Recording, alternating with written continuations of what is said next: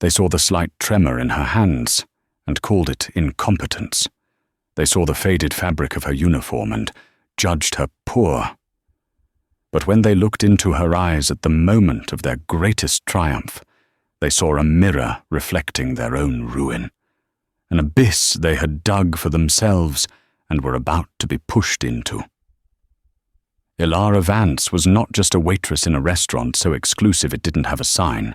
She was a scholar of ghosts. While she polished silver that cost more than her grandmother's medication, her mind was in the dust of Pompeii, tracing the lines on a Roman fresco. While she memorized the esoteric components of a deconstructed bouillabaisse, she was mentally cataloguing the tooling marks on 2,000-year-old cameos. She served the city's gods of finance and fashion, but she studied the artisans of a fallen empire. She knew the subtle difference between authentic history and a brilliant lie. At Aurelia, New York's temple of haute cuisine, she was invisible, a ghost herself, and she preferred it that way. Tonight, however, invisibility was not an option. Tonight, Table 7, the secluded alcove with a view of the private garden, was set for Beatrice Vanderbilt Cresswell. The name was a weapon, and Beatrice wielded it with the casual cruelty of a bored empress. The staff called her the Glacier for her icy demeanor and the slow, grinding way she eroded the spirit of anyone assigned to her table. Tonight, the Glacier was hosting the most important dinner of her life. Her guest was a phantom, a man so wealthy he had transcended the need for fame. Alistair Finch. Alistair Finch didn't appear in magazines. He didn't own sports teams or launch himself into space. He collected things, quiet, beautiful, forgotten things, companies on the verge of collapse that he would restructure into titans, overlooked artists whose paintings he would buy for a pittance before their work became priceless, and most passionately, antiquities. He was a legend in a world that operated in silence, and Beatrice, whose family fortune was hemorrhaging from a series of bad investments, needed him. She was selling him the crown jewel of her inheritance, the legendary Nero cameo, a sardonyx carving of the emperor himself, said to have been his personal seal. Its sale would not just save her, it would cement her place at the very pinnacle of society. Ilara, hissed Jean-Pierre, the maître d', his face tight with anxiety. Table 7. Mrs. Vanderbilt Cresswell specifically requested someone unobtrusive. Do not speak unless spoken to. Do not make eye contact for more than a second. Your only function is to be a pair of silent, efficient hands. Do you understand? My career is on that table. Ilara understood. She had spent 2 years perfecting the art of being a shadow. She smoothed her crisp white apron, the starchy fabric a thin shield against the coming storm. She took a deep, steadying breath, the air thick with the scent of truffles and simmering panic. What happens when the person you treat like dirt is the only one who knows the truth? The humiliation would be exquisite, but the reckoning would be biblical. You do not want to look away from this. The dining room of Aurelia was a masterpiece of calculated serenity. It was a world away from the roaring chaos of Manhattan, walls of dark, polished, mahogany-absorbed sound, creating an atmosphere of hushed reverence. Each table was an island, illuminated by a single, soft spotlight from above, making every dish, every glass, a piece of art. The clientele was a curated collection of power brokers, old money scions, and the intellectual elite. They spoke in low murmurs, their gestures economical, their presence heavy with the gravity of their influence. For Ilara, it was a stage. She moved through it with a practiced grace, her steps silent on the plush, wine-colored carpet. She was 24, but her eyes held a weariness that belonged to someone much older. This job, with its punishing hours and emotional toll, was a means to a vital end. It paid for the rent on the small queen's apartment she shared with her grandmother, Elena, and it covered the mounting costs of the woman's care. Elena, a former classics professor who had filled Ilara's childhood with tales of Cicero and the Caesars, was now slowly being stolen by a fog of dementia. The irony was cruel. The woman who taught her history was losing her own.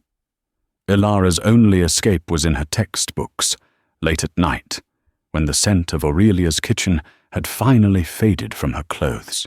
She was 2 semesters away from her master's in art history, specializing in glyptics, the study of carved gems. It was a field as obscure and forgotten as the artisans she studied, a fact that had earned her more than a few pitying looks from her academic advisors. "Ilara, Table 5 needs water. Table 2 is asking for the check, and the glacier is descending," a fellow waiter, Marco, whispered as he rushed past, a tray of cocktails balanced precariously on his hand. "Godspeed." Ilara saw her then. Beatrice Vanderbilt Cresswell made an entrance not with noise, but with a sudden drop in the room's temperature. She was a woman in her late 50s, sculpted by diet, discipline, and the world's best surgeons into an elegant, formidable statue. She wore a Chanel suit the color of cream, and a string of pearls that seemed to choke the air around her.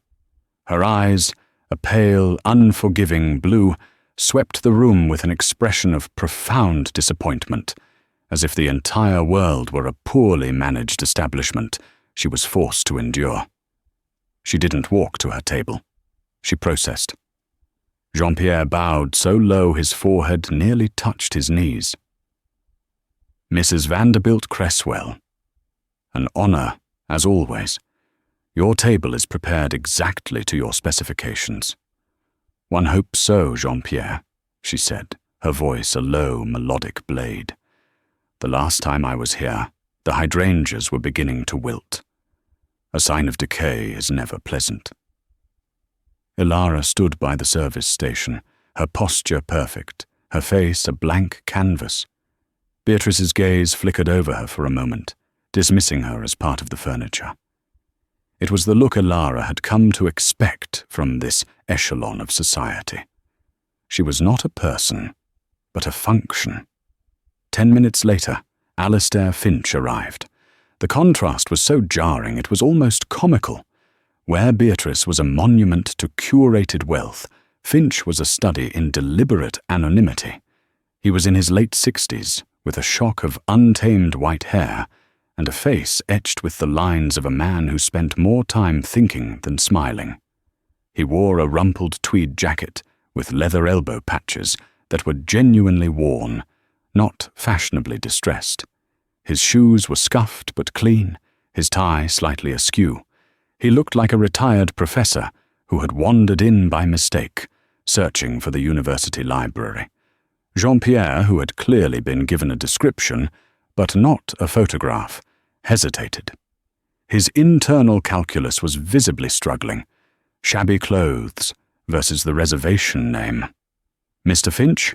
he asked, his voice laced with a faint, questioning horror. "That's me," Finch said, his voice a gravelly baritone. He looked around the opulent room, not with awe, but with a kind of detached, anthropological curiosity. "Quite the place. Is Beatrice here?" The use of her first name snapped Jean-Pierre back to attention. "Of course, sir. Right this way." As Finch passed Ilara, his eyes met hers for a brief, unexpected moment. They were sharp, intelligent, and surprisingly tired. He gave a small, almost imperceptible nod, a simple acknowledgement of her existence that was more respectful than anything she had ever received from the restaurant's regular patrons.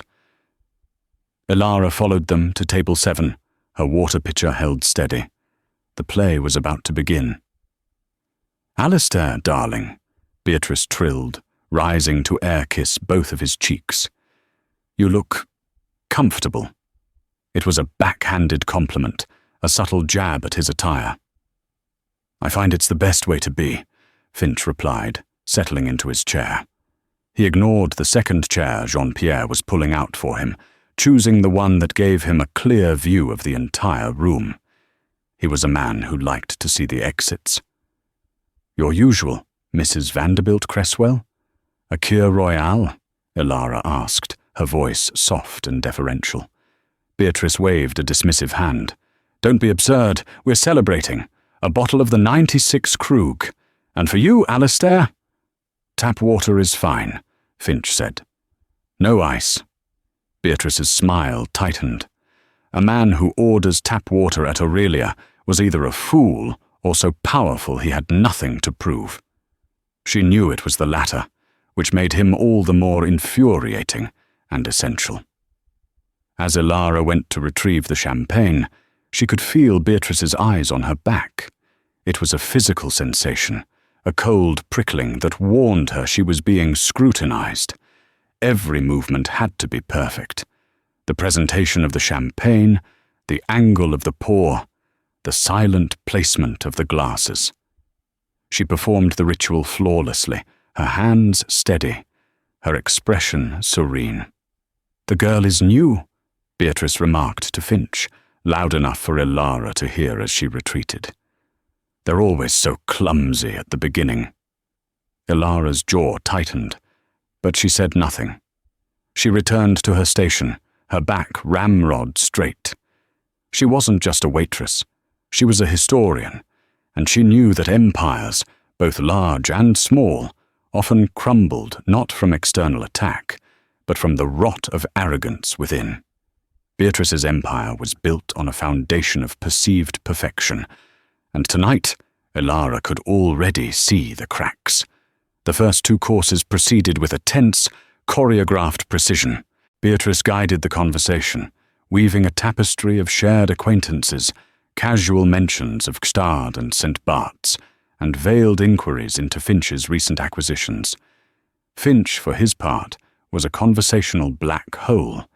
He answered in monosyllables, his gaze often drifting away from Beatrice to observe the other diners, the staff, the play of light on a crystal glass. He seemed more interested in the mechanics of the restaurant than in Beatrice's glittering anecdotes. He was watching Elara. She felt it. He noted the way she anticipated a need for more bread without being asked, the quiet efficiency with which she cleared the plates, the way her eyes scanned the table, cataloguing every detail. He wasn't just looking, he was assessing. The main course arrived, roasted duck with a lavender honey glaze. As Elara placed the dish before Beatrice, the older woman's hand, adorned with a sapphire ring the size of a robin's egg, gestured sharply. Waitress. Elara froze. Yes, madam. This plate, it's warm, but it is not hot. The duck will be cold in 5 minutes. Are your chefs incapable of preheating porcelain to the correct temperature? My apologies, madam. I can have them prepare a fresh plate for you immediately. Don't be a fool. The timing would be ruined, Beatrice snapped. Alistair would have finished his meal by the time mine returned. Just be aware that I have noted the failure. It is one of many. She picked up her fork and took a bite, her expression one of profound martyrdom. Elara retreated, her cheeks burning. It was a classic power play.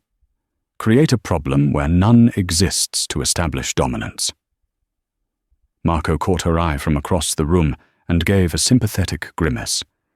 It was after the main courses were cleared that the real performance began. Beatrice leaned forward, her eyes glittering with theatrical excitement. Now, Alistair, she said, her voice dropping to a conspiratorial whisper. For the real reason. We are here. From her Hermes handbag, she produced a velvet-lined rosewood box. She clicked it open with a flourish. Inside, nestled on a bed of black silk, was the Nero cameo. It was breathtaking. Even from a distance, Elara could see the mastery of the carving.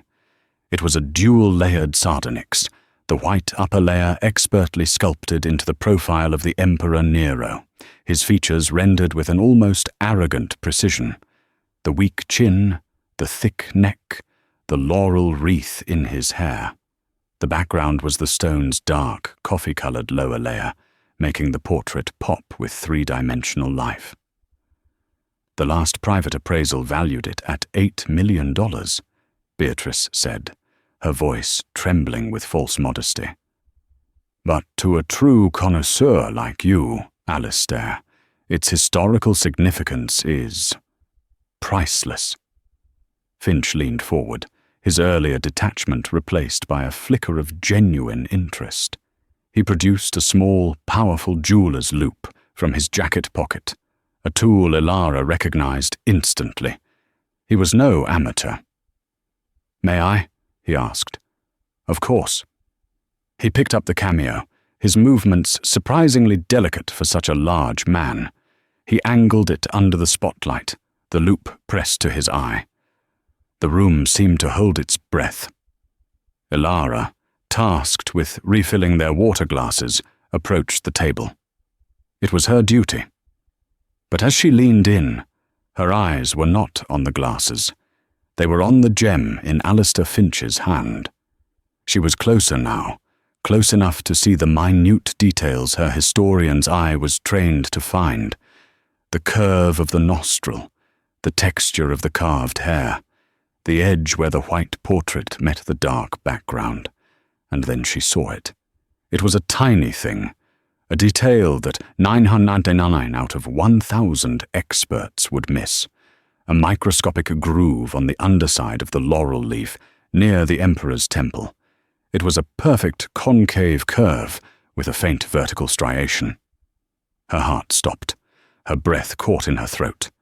Her mind, a library of obscure facts, flew open to the correct page. That groove. It was the signature of a rotary drill, a small, high-powered, diamond-tipped drill bit, a tool that would not be invented for another 1,800 years. The cameo was a fake, a magnificent, brilliant, museum-quality fake, but a fake nonetheless. The water pitcher in her hand suddenly felt impossibly heavy. Her mind raced. "Say nothing. It's not your business. You're a waitress. You'll be fired, blacklisted." Beatrice Vanderbilt Cresswell would crush her. She would lose her job, the apartment, the ability to care for Eleanor. Her entire world would collapse over a microscopic scratch on a rich woman's bauble. She looked at Alistair Finch. He was still studying the piece, a slight frown on his face. He sensed something was off, but he couldn't pinpoint it. He was looking at the artistry, not the technology. She looked at Beatrice. The woman's face was a mask of smug confidence. She was about to defraud a man for millions of dollars, and she was going to do it with a smile. Suddenly Beatrice looked up, her eyes locking with Ilara's. She saw the younger woman's wide-eyed, frozen stare directed at the cameo. "Is there a problem, girl?" Beatrice's voice was dangerously soft. "Have you forgotten how to pour water?" Ilara's training kicked in. "My apologies, madam." She started to pour, but her hand trembled, and a single drop of water splashed onto the pristine white tablecloth, inches from the rosewood box. It was the opening Beatrice had been waiting for all night. "Incompetent fool," she hissed, her voice a whip crack in the silent room. She stood up, knocking her chair back slightly. "Look what you've done. You clumsy, worthless girl. You could have ruined it." All eyes in the restaurant turned to their table. Jean-Pierre began to race over, his face ashen. "I am so sorry, Mrs. Vanderbilt Cresswell," Ilara whispered, her face pale. "Sorry?" Beatrice laughed, a sound like shattering ice. "Sorry doesn't suffice. I have tolerated your presence all evening, your sullen face, your clumsy service. This is the final straw. Jean-Pierre!" she bellowed, pointing a trembling, accusatory finger at Ilara. "I want her fired. Now. I want her thrown out of my sight." She is a disgrace to this establishment. Jean-Pierre arrived, panting. Madame, please! Don't, Madame, please me! Fire her, or I will make it my life's mission to see Aurelia shuttered, and you begging for a job serving hot dogs in Coney Island. The threat hung in the air, thick and poisonous. Jean-Pierre looked from Beatrice's furious face to Ilara's terrified one. He made his choice. Survival. You heard Mrs. Vanderbilt Cresswell, he said to Ilara, his voice shaking with a mixture of fear and shame. Get your things. You're dismissed. This was it. The abyss. The end of everything. Ilara felt a strange calm descend upon her. She had nothing left to lose. Her job was gone. Her reputation was shattered. All she had left was the truth. She looked at Beatrice, then at the cameo still sitting on the silk lining of its box. She took a deep breath. You're right to fire me, Jean-Pierre, she said, her voice surprisingly clear and steady. The entire room was listening now. And you are right to be angry, Mrs. Vanderbilt Cresswell. My clumsiness is inexcusable. She paused, then turned her gaze to Alistair Finch, who had been watching the entire exchange with an unnervingly placid expression. However, Ilara continued, her voice gaining strength, the only thing that could have been truly ruined tonight was you, Mr. Finch. Beatrice's jaw dropped. How dare you address my guest? Ilara ignored her. She spoke directly to Finch, her historian's mind taking over, the fear replaced by academic certainty. Sir, you were looking at the portrait, at the quality of the carving. It's a masterpiece. The artist who made this was a genius, a modern genius. Finch's eyes narrowed. He put the loupe back to his eye, but this time he looked at Ilara. What did you say? The cameo, sir. It's a forgery. A very, very good one, but a forgery nonetheless. A collective gasp went through the nearby tables. Beatrice Vanderbilt Cresswell turned a shade of purple Ilara had never seen on a human being. A forgery? Beatrice shrieked, her voice cracking. You ignorant little peasant! That piece has been in my family for generations. It has been authenticated by Sotheby's. Who are you to question it? You are a nobody, a waitress. I am, Ilara said, standing taller, a graduate student in classical art history at Columbia, specializing in Roman glyptics. My thesis is on identifying forgeries in the prawn collection, and I can tell you with absolute certainty that the tool used to carve the smallest groove on the third laurel leaf above the emperor's right ear was a high-speed rotary tool with a diamond bit. It's a technique pioneered in Idar Oberstein, Germany, in the late 1920s. Silence. A profound, echoing silence. Alistair Finch, his face unreadable, picked up the cameo again. He didn't look at Beatrice. He didn't look at anyone but the gem. He adjusted his loupe, his hand perfectly steady, and focused on the exact spot Ilara had described. He was there for a long time, maybe 10 seconds, maybe a lifetime. Then he lowered the cameo. He placed it gently back in its box. He looked up, past Beatrice, and straight at Ilara. A slow, cold, dangerous smile spread across his face. Well, I'll be damned, Alistair Finch said, his voice resonating through the funereal quiet of the room. The girl is right. The aftermath was not an explosion, but a swift, silent, surgical execution. The word forgery had detonated in the center of Aurelia, and the shockwave was now expanding in a ring of absolute stillness. Beatrice Vanderbilt Cresswell stood frozen, her face a grotesque mask of disbelief and fury. The blood had drained from her cheeks, leaving her makeup sitting like a garish layer of paint on a statue. That's impossible, she stammered, her voice a dry rasp. It's a lie. She's lying to save her job. Alistair, You cannot possibly believe this. This servant over me." Alistair Finch leaned back in his chair, the picture of calm. He folded his hands on the table and regarded Beatrice with the detached air of a biologist studying a particularly venomous insect. "Beatrice," he said, his voice soft yet carrying the weight of finality.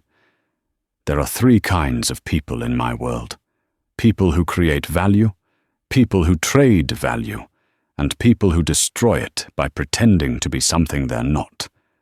For years, I wasn't sure which one you were. Thank you for clarifying." He turned his gaze to Elara, who was still standing by the table, her body trembling with adrenaline. His expression was no longer placid, it was sharp, analytical. He wasn't looking at a waitress, he was looking at an asset. "You," he said, pointing a finger at her. "Miss Vance," she supplied, her voice barely a whisper. "Elara Vance. Miss Vance, explain it to me again, slowly. Assume I'm an idiot." It was a test. He didn't need the explanation. He needed to see if her knowledge was a lucky guess or a deep well of expertise. Elara took a breath, anchoring herself in the familiar world of facts and history. "The ancient Romans were masters of glyptic art," she began, her voice gaining confidence. "They used hand-powered drills, like bow drills, tipped with diamond or corundum dust. The marks they left are subtly irregular, with a slight wobble. Under magnification, you can see the artisan's hand at work. The mark on that laurel leaf. It's too perfect. It's a clean, concave cut with parallel microscopic striations, indicative of a tool spinning at thousands of revolutions per minute. It's a signature of 20th century technology trying to replicate 1st century artistry. They got the image right, but the technique wrong. It's a common mistake for forgers who get arrogant." As she spoke, a small crowd had begun to gather at a respectful distance, other patrons who had abandoned their $500 meals for a drama that was priceless. Finch nodded slowly, a glint of genuine admiration in his eyes. "And you saw that while pouring water?" "My grandmother was a classics professor," Elara said simply. "She taught me to look for the details others overlook." Finch let out a short, dry laugh. A valuable lesson. He then turned his attention to the quivering Jean-Pierre. "You, Maître d'Aide, you were about to fire this young woman." Jean-Pierre swallowed hard, his face slick with sweat. "Mr. Finch, sir, I was only trying to appease Mrs. Vanderbilt Cresswell. She is a very important client." "She was an important client," Finch corrected him coldly. "Your job is to manage this room. A key part of that is discernment. You failed to discern between an employee with integrity and a customer committing fraud. You chose to protect the bully, not the truth. You're a coward, and cowards are bad for business." He waved a dismissive hand. "You're finished here. Go." Jean-Pierre looked as if he'd been struck. He opened his mouth, then closed it. There was nothing to say. He turned, his shoulders slumped in defeat, and walked toward the back of the restaurant, his career at Aurelia over. Now, Finch's full, undivided attention returned to Beatrice. "As for you," he said, his voice dropping to an icy whisper, "you brought a forgery into my presence.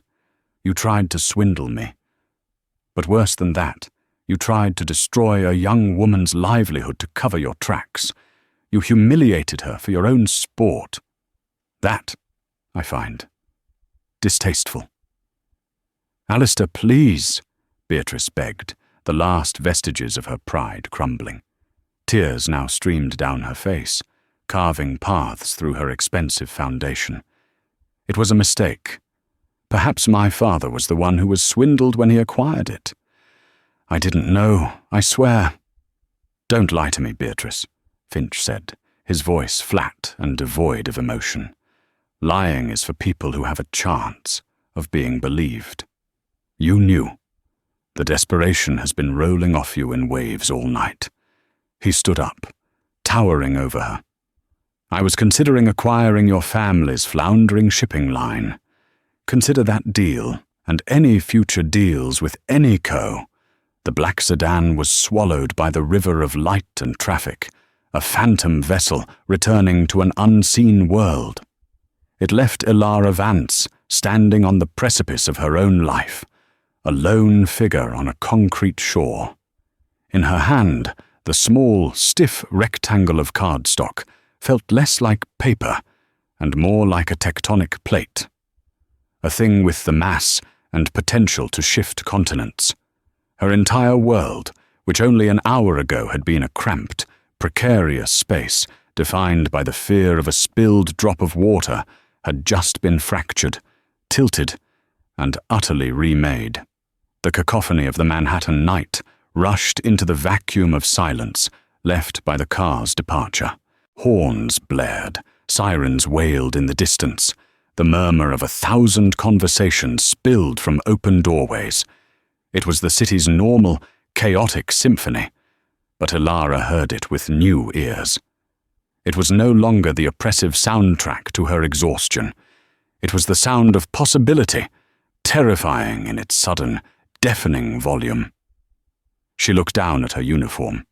The simple black dress, the starched white apron, now bearing a faint, dark spot where the water had splashed. It felt like a costume from a play that had abruptly ended, the curtain falling mid-scene. She was still dressed as the ghost of Aurelia, but the role had been stripped from her. She was untethered, floating. The thought that she should be terrified, jobless and publicly shamed flickered in her mind. But it couldn't find purchase. The adrenaline of the confrontation had given way to a profound, bone-deep shock that was both numbing and strangely clarifying. The subway ride back to Queens was a journey through purgatory. She stood holding the pole, swaying with the train's familiar rhythm, an alien in her own life. Around her were the tired, anonymous faces of the city's workforce. A construction worker with drywall dust in his hair, a nurse in scrubs staring blankly at her phone, a young man in a suit, asleep on his feet.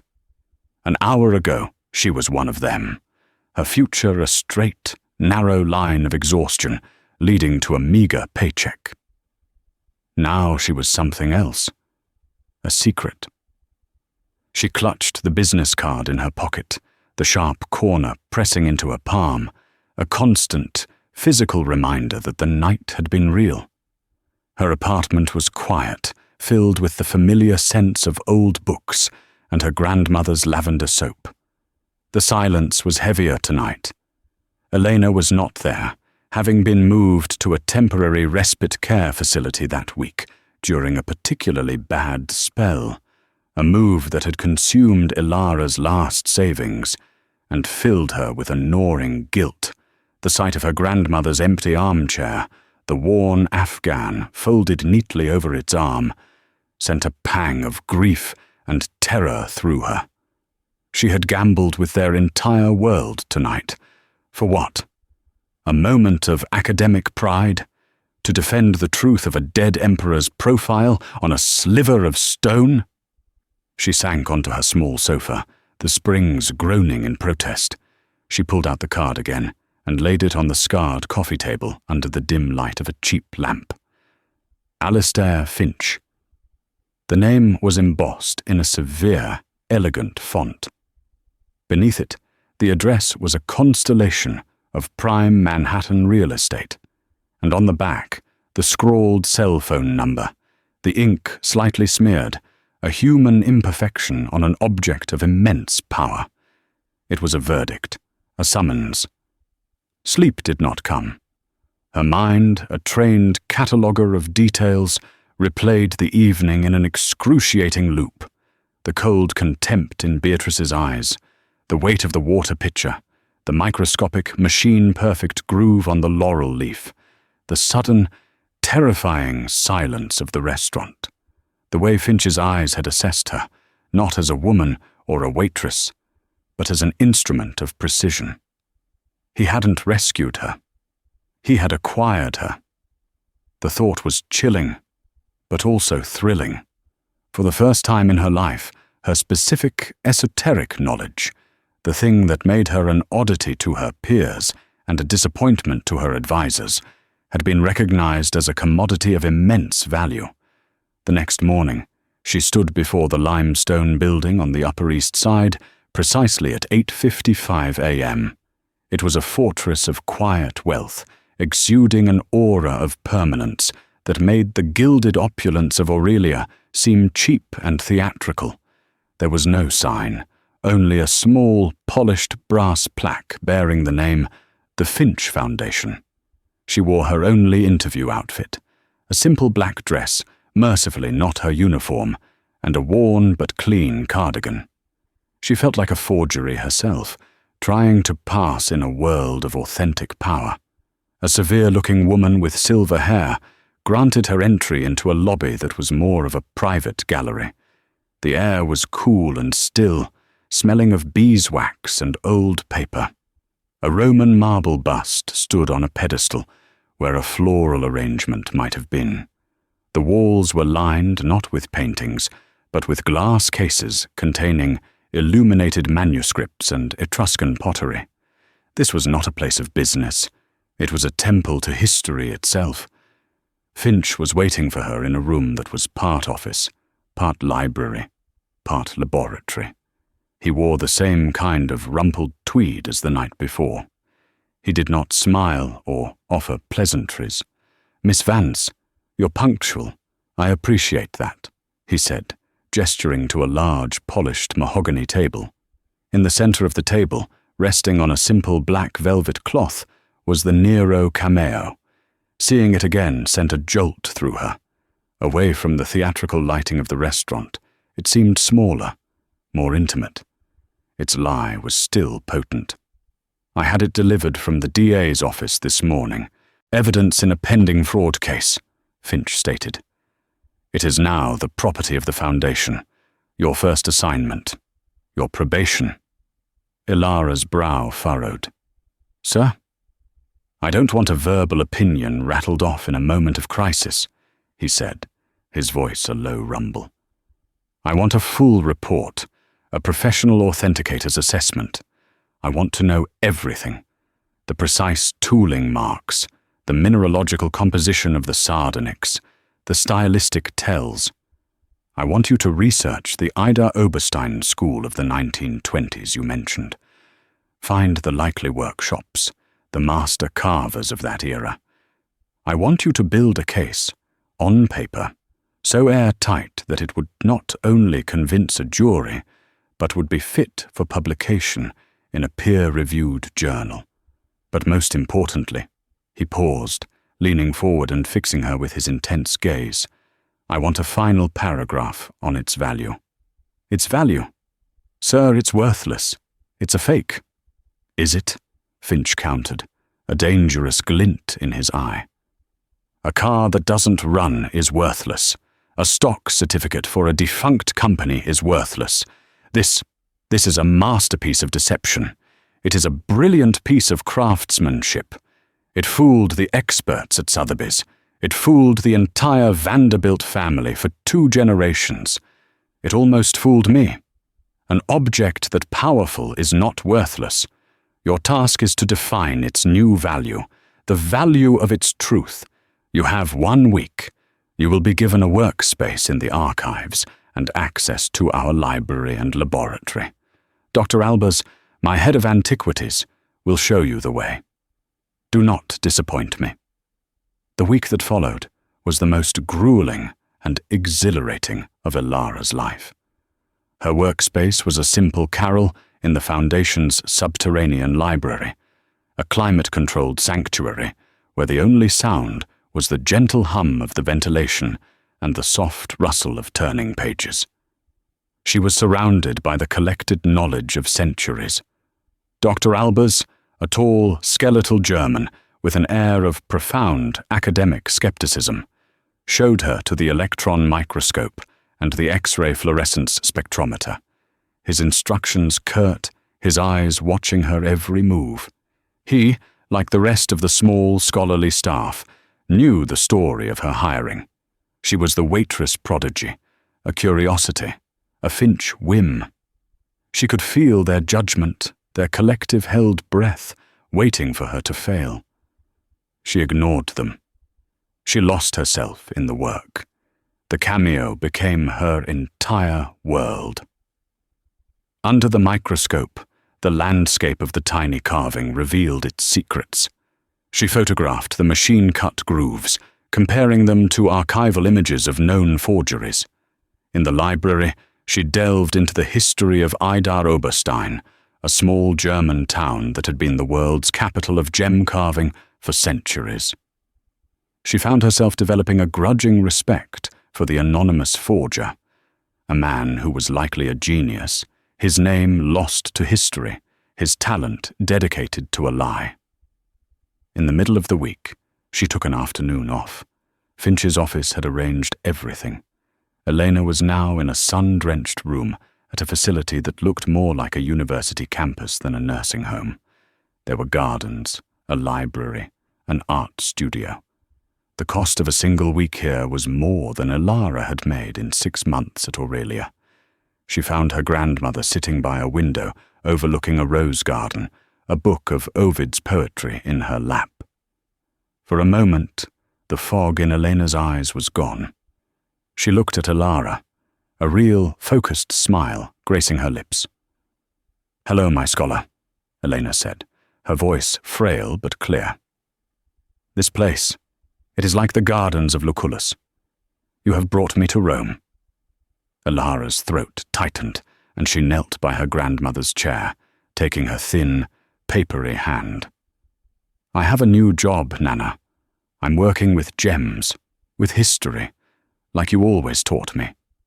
"Ah, the stories in the stones," Elena murmured, her gaze drifting to the window. "I remember a cameo my father showed me once, a copy of a Greek original. He said, 'Elena, a good copy does not mock the original. It honors it. It tells the story of a different hand, a different time, that loved the same beauty. Every hand leaves a mark, Elara. You just have to know how to read them.'" The words struck Elara with the force of a revelation. It tells the story of a different hand. She had been so focused on the lie of the cameo, she had failed to see the truth it was telling, the truth of a brilliant, forgotten 20th century artisan. She returned to the foundation with a renewed sense of purpose. Her report began to take a different shape. It was no longer just a clinical takedown of a forgery. It became a biography of an object. She detailed its creation not as an act of fraud, but as an act of profound, albeit dishonest, artistry. On the final day, she placed the 30-page, extensively footnoted report, bound in a simple black folder, on Alistair Finch's desk. He didn't read it in front of her. He simply nodded and said, "I will call you when I am finished." The wait was agonizing. She spent the next 2 hours in the archive, trying and failing to focus on cataloguing a tray of Acadian cylinder seals. Finally, the summons came.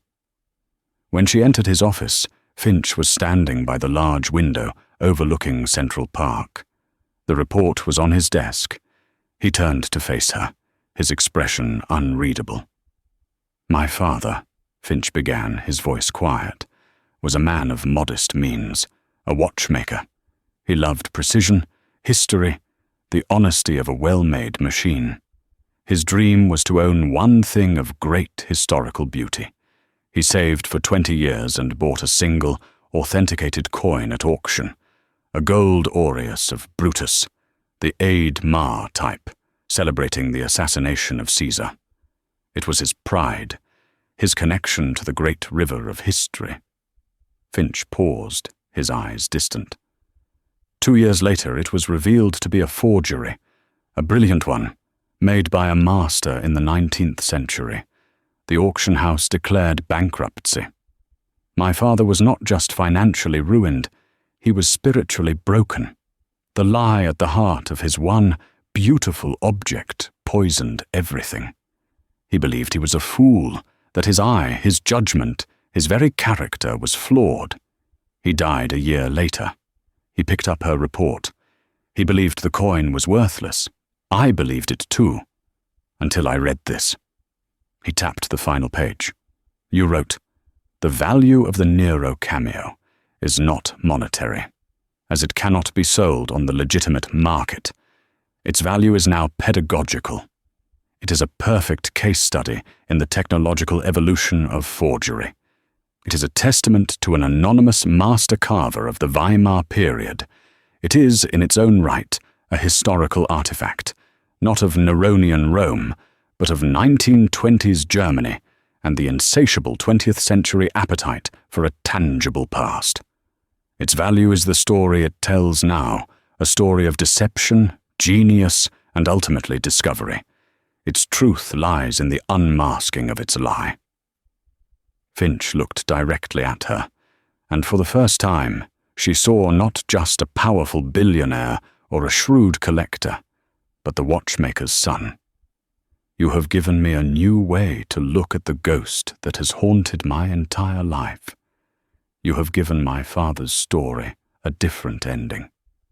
He walked to his desk and opened a drawer, removing a simple, elegant checkbook. He wrote, and the sound of the pen scratching on the paper was the only noise in the room. He tore the check out and handed it to her. Ilara looked down. It was a signing bonus, and the number of zeros made the room tilt. It was enough to pay for her grandmother's care for the rest of her life, enough to buy her own apartment, enough to change everything, forever. I don't know what to say, sir." "Don't say anything," Finch said, his voice gruff again, the moment of vulnerability passing. "Your probation is over. Your salary will be commensurate with your new title, Head of Glyptic Arts and Authentication. Dr. Albers is retiring. He recommended you. He said you have the quietest hands and the loudest eyes he's ever seen." He then gestured to a small, unassuming box on his desk. "Your first official acquisition review."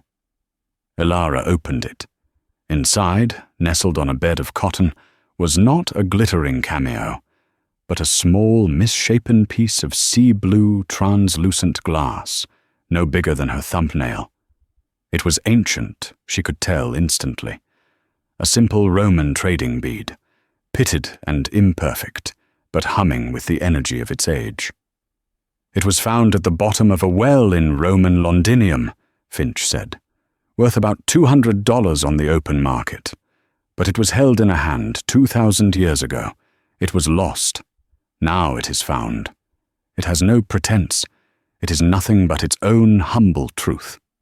He looked from the simple bead to the magnificent, fraudulent cameo still displayed on the table. "In this room, Miss Vance, we collect truth, not beauty. I trust you now to know the difference. Welcome to the Foundation." Ilara looked at the small blue bead in her palm, its surface worn smooth by time and tide. It was the most beautiful thing she had ever seen. She closed her hand around it, the ancient glass cool against her skin, and felt the weight of her new world finally settle, not as a burden, but as an anchor. The ghost had found her place among the stories in the stones.